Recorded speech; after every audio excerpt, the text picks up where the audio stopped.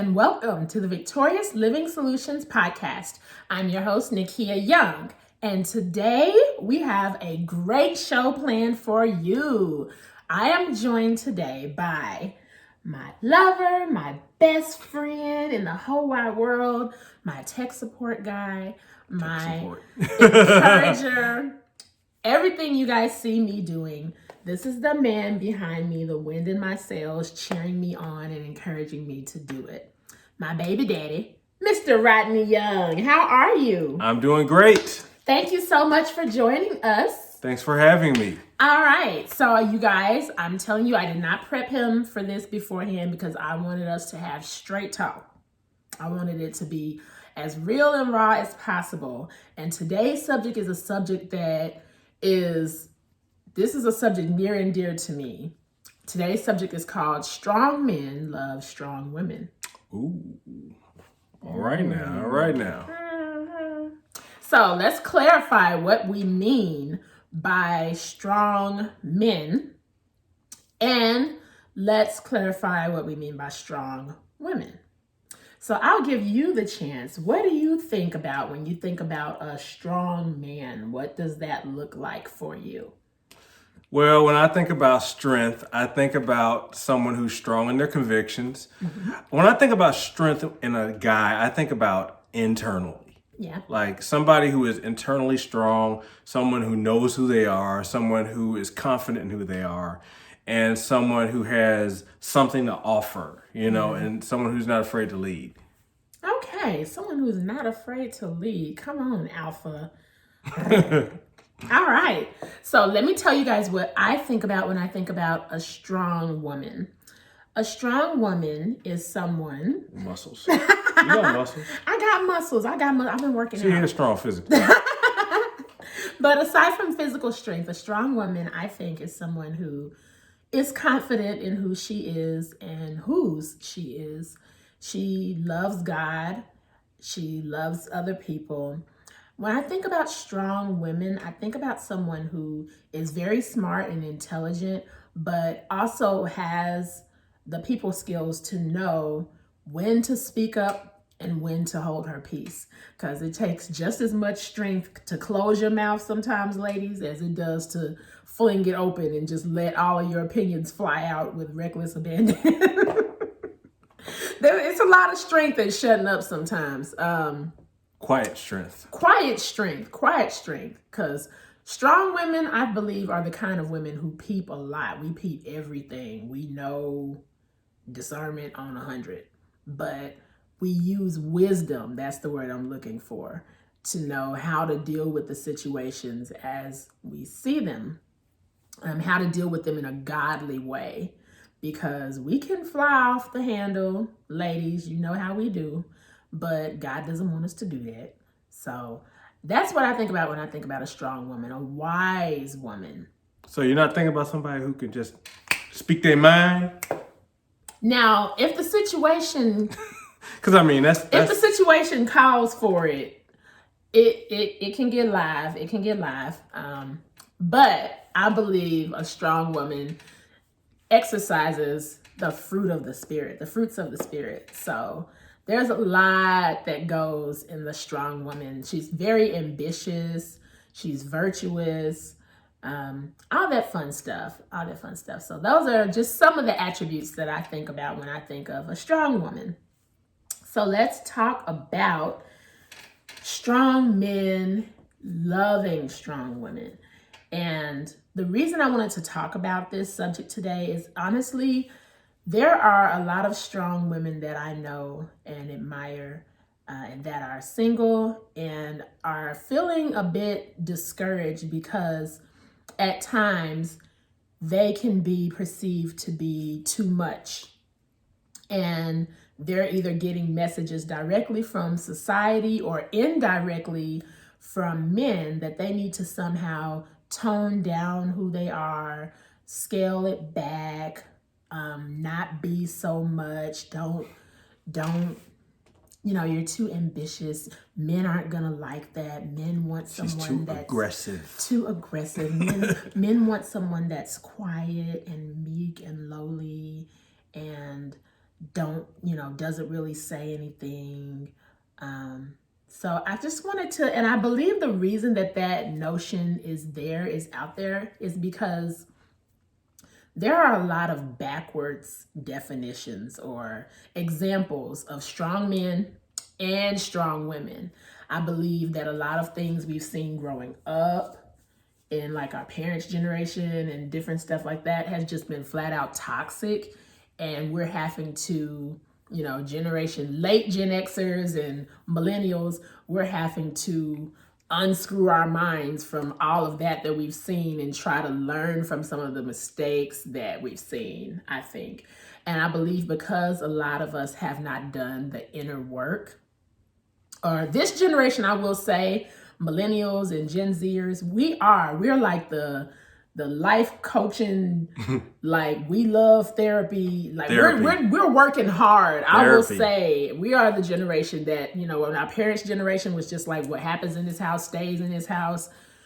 Our generation, I believe, we're just like, yeah, that hasn't worked out. And right. That hasn't worked out for somebody else needs to know our business.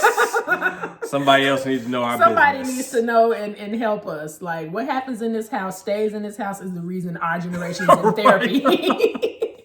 And we need a lot of therapy. So we've seen toxic masculinity and we've seen toxic femininity. And those two things are constantly clashing. And so even though we're doing the inner work now to work through those feelings, there's still plenty that needs to be done so we can set an example going forward so the generations to come after us will not have to deal with this crap. So tell me what you think about toxic masculinity. And then you can give me some examples of what you've seen.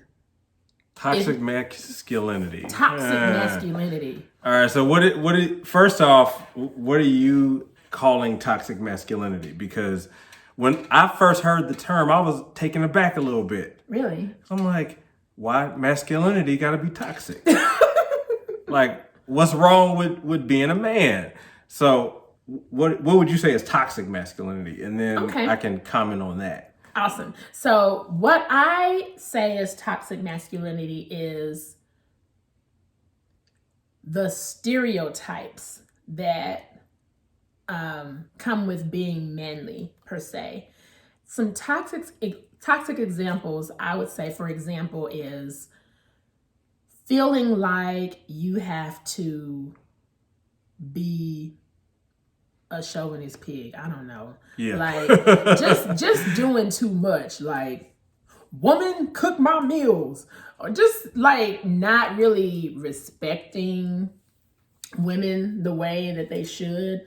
When I see males but they think they're being masculine. Right. Okay. So that's what I mean by toxic. It's like they have a warped sense of what it means to be a man. So kind of the macho complex. Yes, right? The macho complex. That's a good way to describe it. So feeling like masculinity is all about sleeping with as many females as you can possibly sleep with. Just women are for your sexual pleasure and enjoyment and bearing your children and trophy. Yeah, and not much else. Yeah. And so not really holding women in high esteem. And because the toxic masculinity has been so steeped in our culture, and because women have had to fight for so many years just to be treated equally, just to be treated as human beings and not crazy sex objects. Which is crazy. Yes, it's nuts. Like something that should have just been a given where women were treated with a place of honor and dignity. We've had to fight so hard for that. And then Black women are still fighting. Like the white women are fighting for this. And so Black women, we're like always the last to get everything. After everybody else done got their rights, then we get ours. So that creates feelings of toxic femininity. It's like that book we read. We read this book years ago called Love and Respect. Great book. And the crazy cycle. Mm-hmm. Yeah. So women have a need to feel loved and cherished and honored. And men have a need to feel what? Respected. Better put some respect. Put some respect on it. Put some respect on it. Better. Nah. So. Woman? No. So, right. So then, like, you guys got to read this book. It's by Emerson Eggerichs. Yeah. Good stuff. Good stuff. Great book. So you're wanting to know what I think about the toxic masculinity. Yes, because I'm saying, like, when the women don't feel the love, then toxic femininity shows up. And then we get disrespectful. And then y'all be like, oh, I'm not feeling the respect. So then y'all don't show the love. And then the crazy cycle keeps going around and around and around. Yeah, it's all out of insecurity. And I can say from my own experience, growing up, one of the things I did see, I was very blessed. My dad was not a toxic male. And so, my dad's a very kind, warm-hearted, respectful man. And so I grew up watching a man honor his wife and support her in her business and support her in her endeavors. And so I was raised by a strong woman. And so the idea of a strong woman wasn't threatening to me. It was a great thing. So it a lot of times has a lot to do with how you grow up. I mean, a lot of guys grow up in a house where they're shamed if they're not doing the macho things. Yeah. So if they're into art and dad is into football, they're going to get clowned because, boy, what you doing with them paintbrushes, Yeah. And so a lot of that happens. And what happens, they grow up and they're trying to be this, and I'll be honest, even though I grew up with the value of men should be honorable and respectful towards women and kind, I actually struggle with this idea of being nice. Oh, talk about that some more. Yeah. So I thought that being nice was kind of like weakness. And so when people would, I remember this would happen so much, and I would get mad. Like when a woman would say something like, "He's so sweet," I'd be like, "Dog it!" I'm like, because I wasn't looking. I'd been out in the world as a man, and I started seeing what other people thought manhood was. Gotcha. So I got a little bit away from what I was. What was exemplified growing up. I mean, it was still in me, but I saw the toxic masculinity. I saw these things. And once again, nothing wrong with football, nothing wrong with,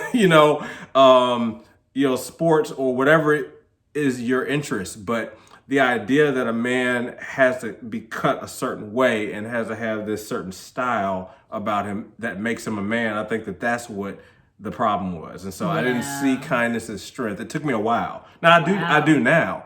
And I want to make sure that our son understands that as well. So I think that a lot of times we're trying to measure up. We're trying to make sure that we're men. It's a crazy thing, but that does happen a lot. I would say for me, I guess I could kind of say a similar experience to yours. Being a nice woman, being someone who is, my natural personality is very sanguine and very, hi, my name is Nikeya. Like that's how it was when we first met. It was like, hi, I'm Nikeya. I was like, she's happy. Just naturally a bubbly person. And I have seen toxic femininity, and what toxic femininity has looked like to me is this behavior or belief system that all men are dogs, we don't need them. We don't need no man. Get your stuff, get your money, have your education, have your job, which is absolutely nothing wrong with any of those things. But when your motive behind it is because I can do for myself, because I got my own money, and I, and you're saying I a lot, it can lean into toxic femininity. And so when, there have been people... Not attractive, by the way. It's not. Not to at least, it's not. There have been people who have kind of not liked me because I'm not acting like that. Really? Yeah. I mean, it's kind of like you not why are you a stay-at-home mom? That's a whole other podcast for another day. As if that's not harder work than a 9 to 5. But Cause listen, okay? man, But just that toxic femininity, like women should be able to choose whatever they want to do. If they want to work outside the home, great. If they want to stay at home, be a stay-at-home wife or a stay-at-home mother, fine. But just because I'm nice, just because, you know, my husband is the primary breadwinner in our home, there's this, oh, you weak, you don't have your own money, because a woman should always make her own money. You know, she should always stash. She needs a stash just in case. Just in case. Just in case, because these men are out to get us, because men are the enemy. Like, anything that has a penis is evil. Like, I don't know. Like, I mean, we laughing, but like, there's women out here who really think like this, and it's because they've been, really all it is hurt. Yeah. They've been hurt. Either their father wasn't in the home, or the father was in the home and they saw a really toxic relationship between their father and their mother. They've been treated poorly by men in the workplace. There have been all of these valid things that have come up in their lives where they've been hurt by men. And that hurt, when you don't work through it, turns into bitterness. And it's just like, men, like, so that's what I see. All we need toxic. is your sperm. Right. We just need your sperm, and we can have our own babies and take care of them, and we don't need y'all for nothing else. And so I don't possess that mentality.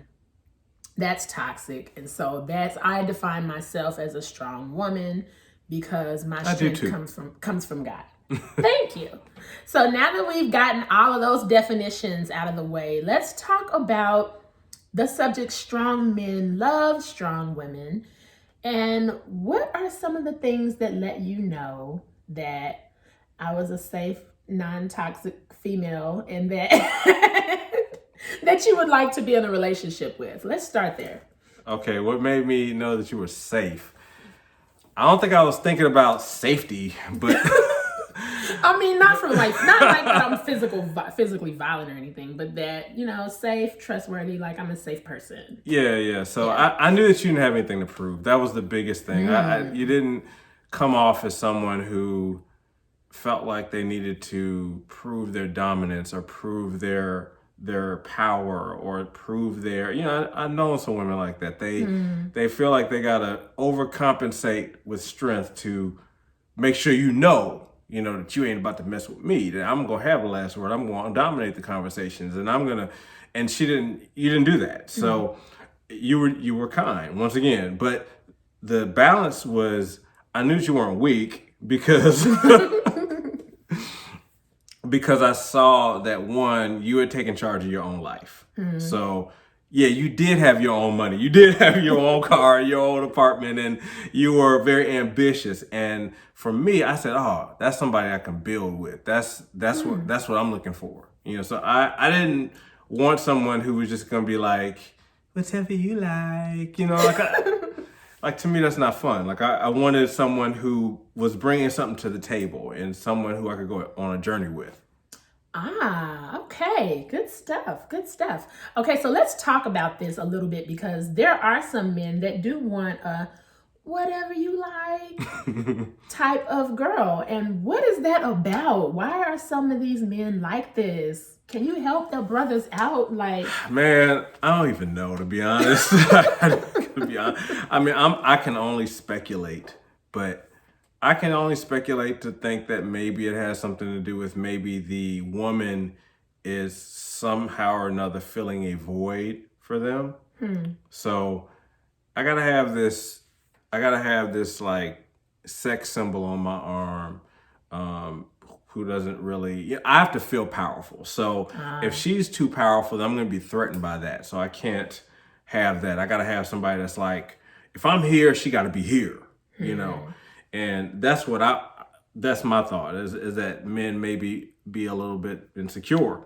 So when you're a little insecure, you're around someone that's secure, that's not gonna go too well. So And not that I'm all perfect or anything. I've dealt with several insecurities, but the thing was, I knew that at least at that point in my life, when we got into a relationship, I knew that God was calling me to do certain things. And I also knew that he had a certain type of spouse for me. So I wanted to really submit to that.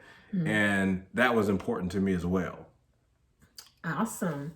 Well, I'll tell you guys a little bit of my story. There was a time about 2003-ish.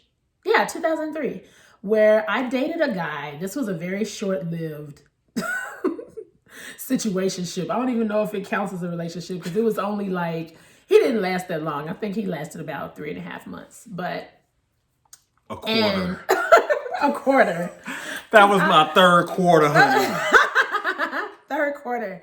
So yeah, it was like my senior year at DePaul, and I met this guy. I started talking to him, and I remember some red flags that I was seeing that I wasn't really liking, but I was like, the relationship is still new. I'll give it time, but this is giving me pause.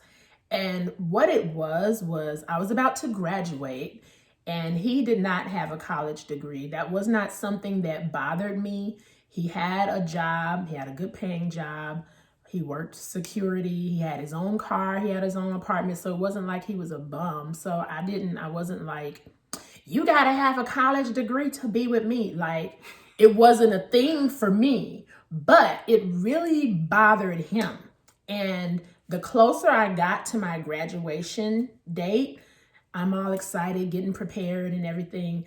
The more he kind of started making little sly comments in conversation, like, oh, when you get this degree, you're going to be making more money than me. And just little stuff like, Isn't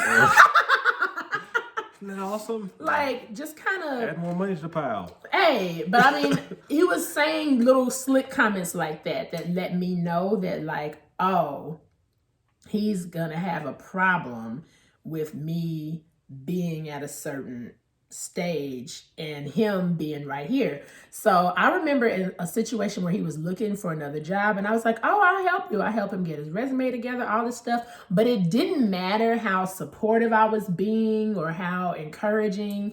He was just like really intimidated by the fact that I was getting ready to have this degree. And I was 23 years old at the time, and I wasn't doing half the stuff that I'm doing now.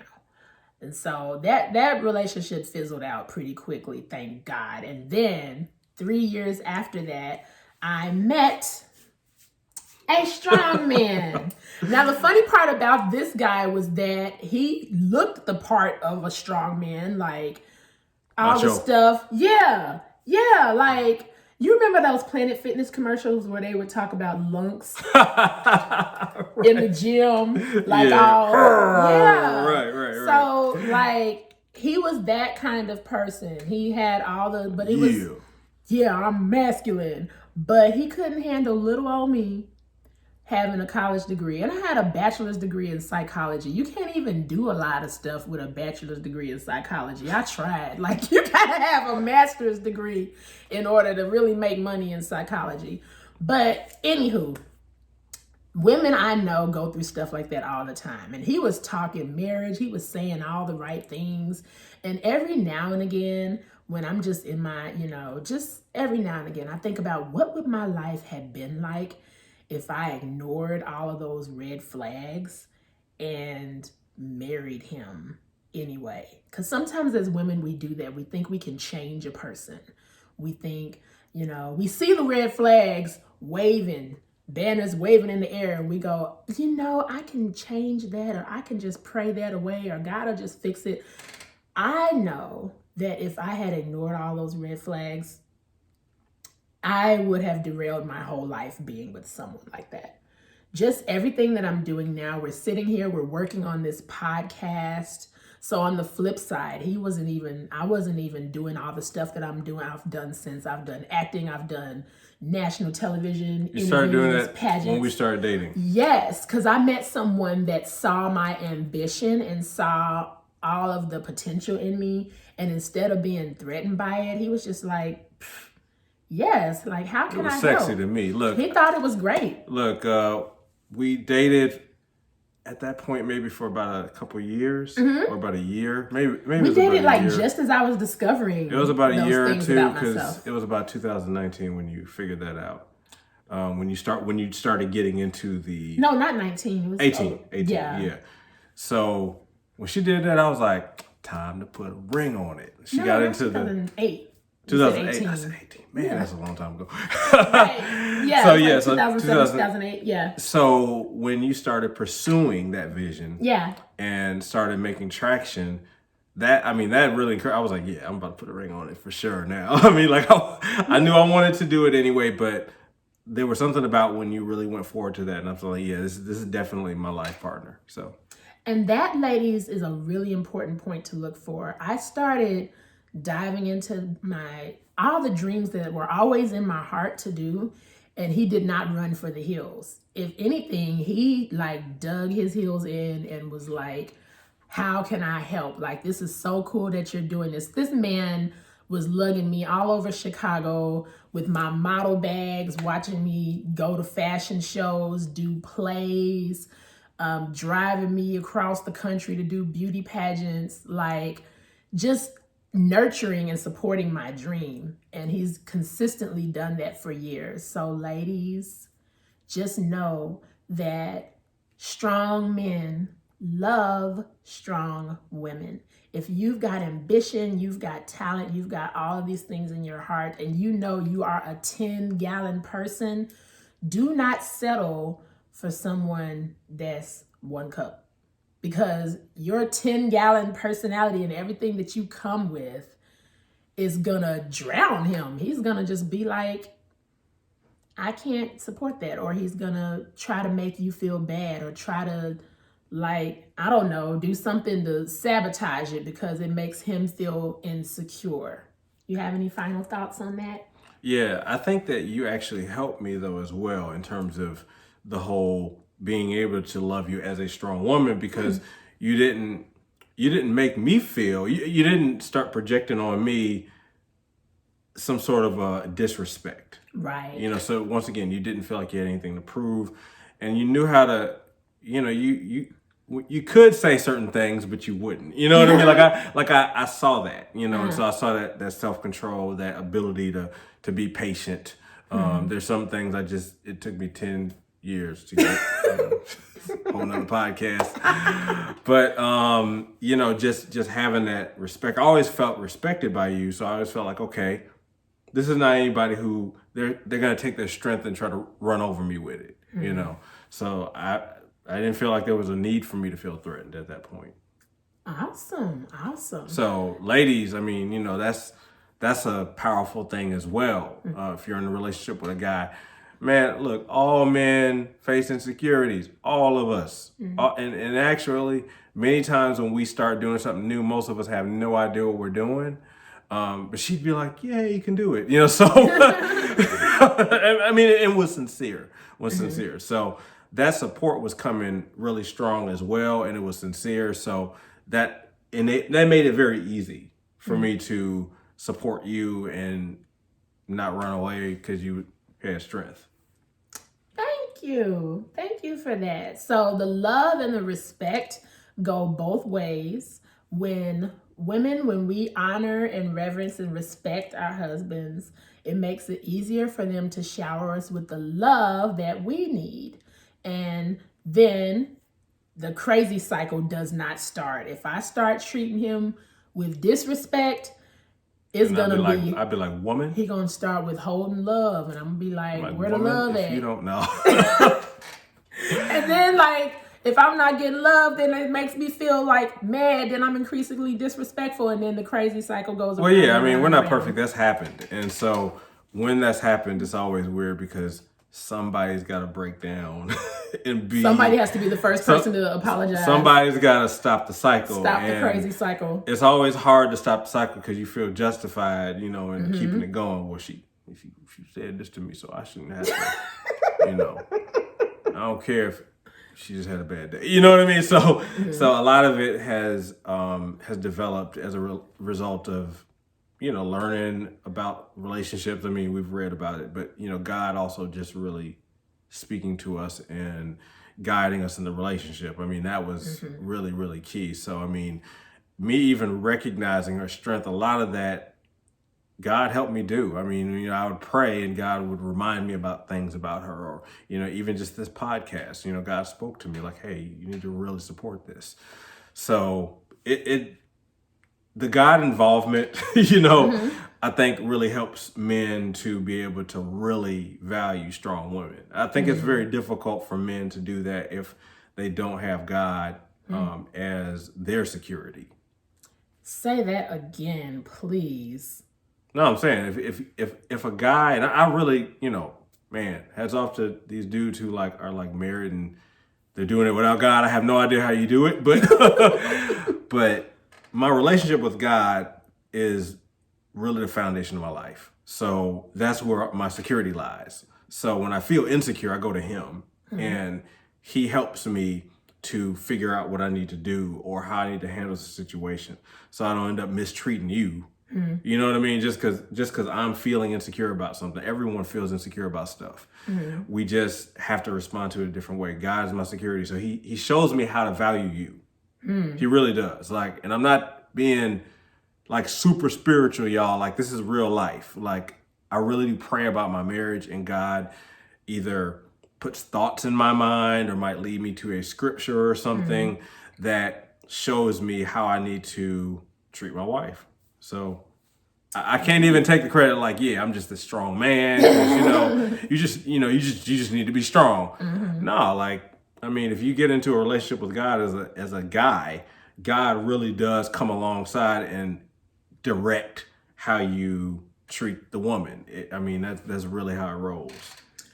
Yes, and to his point, as we wrap it up, I will say because he is submitted to God, and I know that he's submitted to God, I have no problem submitting to him.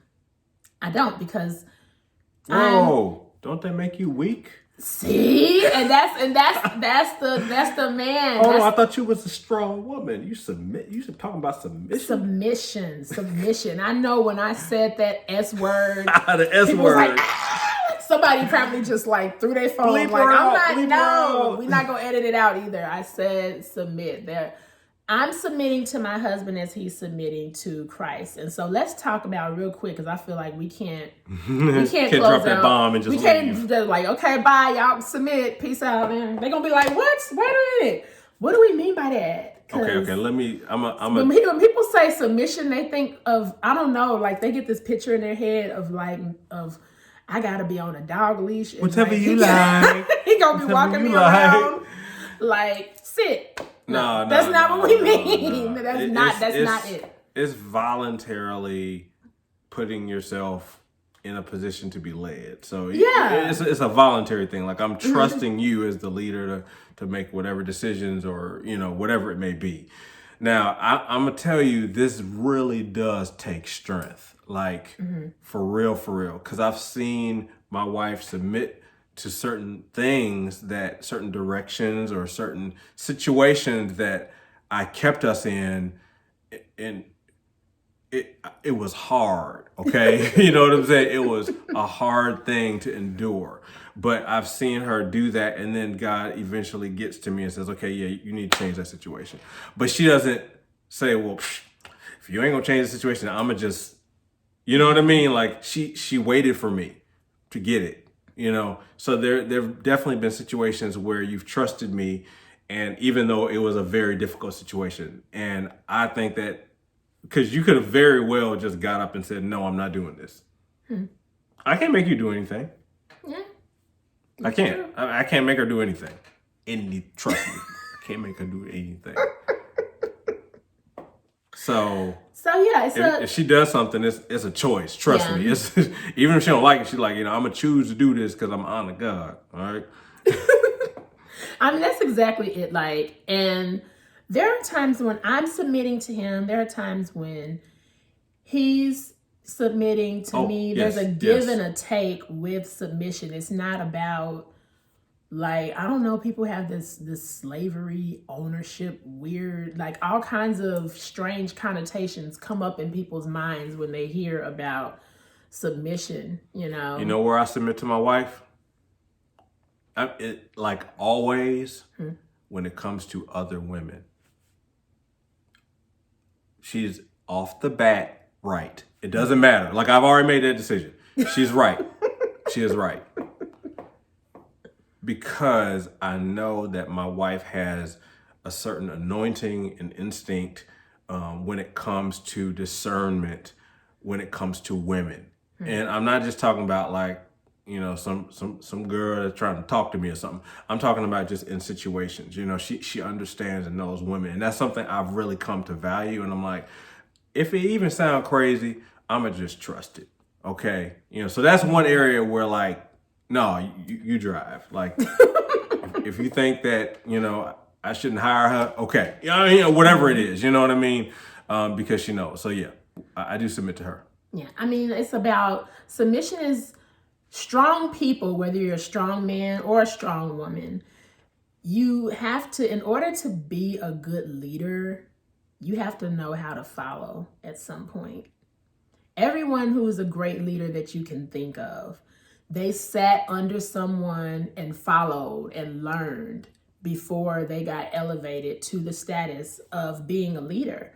Like, you can't always run everything. You can't run the show. You have to be willing to sit and be taught, or be willing to just know that you don't know everything. You have to follow someone's direction at some point. And in your single season, this is for men and for women, this is the time to learn that. Because what should happen is you should learn how to follow God's leading, God's prompting, God's direction. And you should let that develop you into a strong woman and into a strong man, so that by the time God brings you into the path of the person that you're going to be with for the rest of your life, you're not constantly two rams butting heads, because you've been practicing submission to God in your single season. So submission to your spouse is no longer an issue. And that's on period. Yeah. And I'll say one more thing about strength. Like, I think we just have to make sure we understand what real strength is. You know what I mean? Like, that's the big thing. I mean, people are like, oh, you know, you think you're a strong man and this and that. Hey, look, you know, I think strength is also being able to admit weakness. And that's something that I've actually grown used to doing here, you know. And so I'm very vulnerable with my wife. Like, I let her know even when I feel insecure about something, because I believe that puts me in a place of strength, because I'm not trying to like front, you know, and ask, you know, or whatever, you know what I'm saying? I go to God and all that, but I'm very transparent with her. I let her know when she hurts my feelings, you know, she doesn't mean to, but you know what I mean? Like, I've done that. I mean, a lot of people say, oh, that's weakness, but I think it's strength. And it is, because you know what? Communication is key. Sometimes, like, I'm a strong personality. I am. I'm really nice. Oh, yeah. I'm nice, but I'm also an Enneagram 8. I got to do a whole podcast on personality types. So, you know, if he comes to me and says that something I said hurt his feelings, you know, then I have to sit and I have to evaluate that. And a lot of times what I said is correct, but the way I said it, it was like, that wasn't it.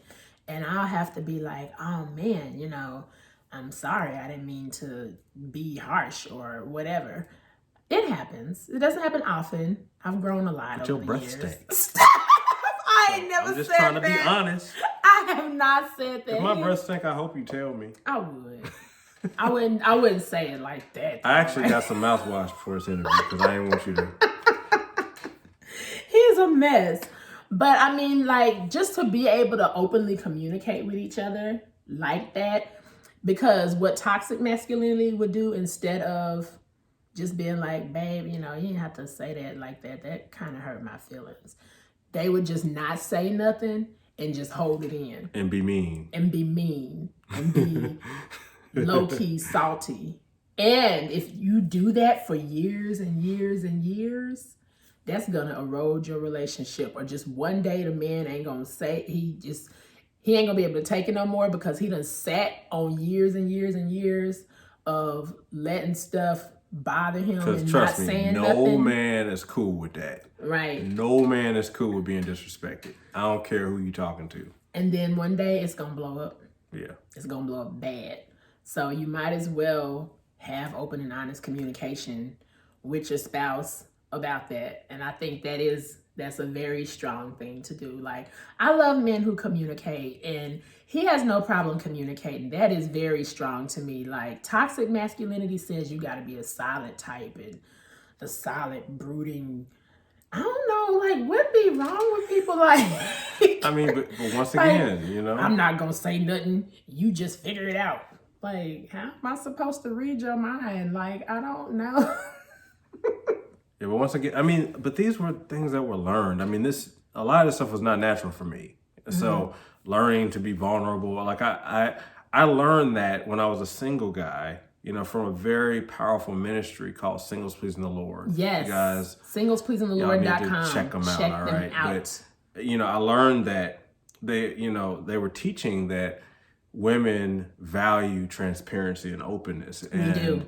And that's something that men should develop. And I was like, man, that's, you know, I mean, I had never heard that before. So once again, I mean, I didn't just come on the scene like, yeah, I know how to communicate. No, this was all learned. So guys can learn this for sure. Awesome. Well, you guys, we're going to wrap it up because we are at about 40 minutes. But this has been such a great discussion. I hope that it has blessed you, men and women. And we're going to have to do a part 2 because Rodney touched on some things that I believe could lead into another really juicy discussion. So we're going to do a part 2. All right. Juicy. And we're going to give some more relationship advice. I've got an idea for my second subject. You guys are going to love it. Singles and married people. This is a very vital discussion. I'm going to bring this one back for. Are you going to just leave them hanging like that? I'm going to leave them hanging. But we got to, because you mentioned something about discernment and how you submit to me when it comes to women. And we got to talk about that some more because, baby, it saved me a ton of trouble. Honey, that's a whole other discussion. And we're going to get into it. Because the devil is a lie and his booty stank. And I'm tired of seeing. His mama is ugly too. And his mama is ugly. I'm tired of seeing people's relationships crash and burn. And so I'm going to bring him back we're going to close out the season with 2 back-to-back interviews with my baby daddy and my hubby, Mr. Rodney. So thank you so much for joining us. You're very welcome, babe. And you guys be sure to subscribe to the podcast and check the show notes. I'm going to put some resource links in there. We mentioned Singles Pleasing the Lord Ministry. So I'll put the link to their site in the show notes. They helped us out tremendously during our single season, and I believe that I know that they're a lot of the reason why we have a strong marriage today. They are, and so I want to put their information in the show notes. But subscribe, share this podcast, and leave us some comments and let us know how it blessed you. Thanks for tuning in. Bye, everybody. Bye-bye.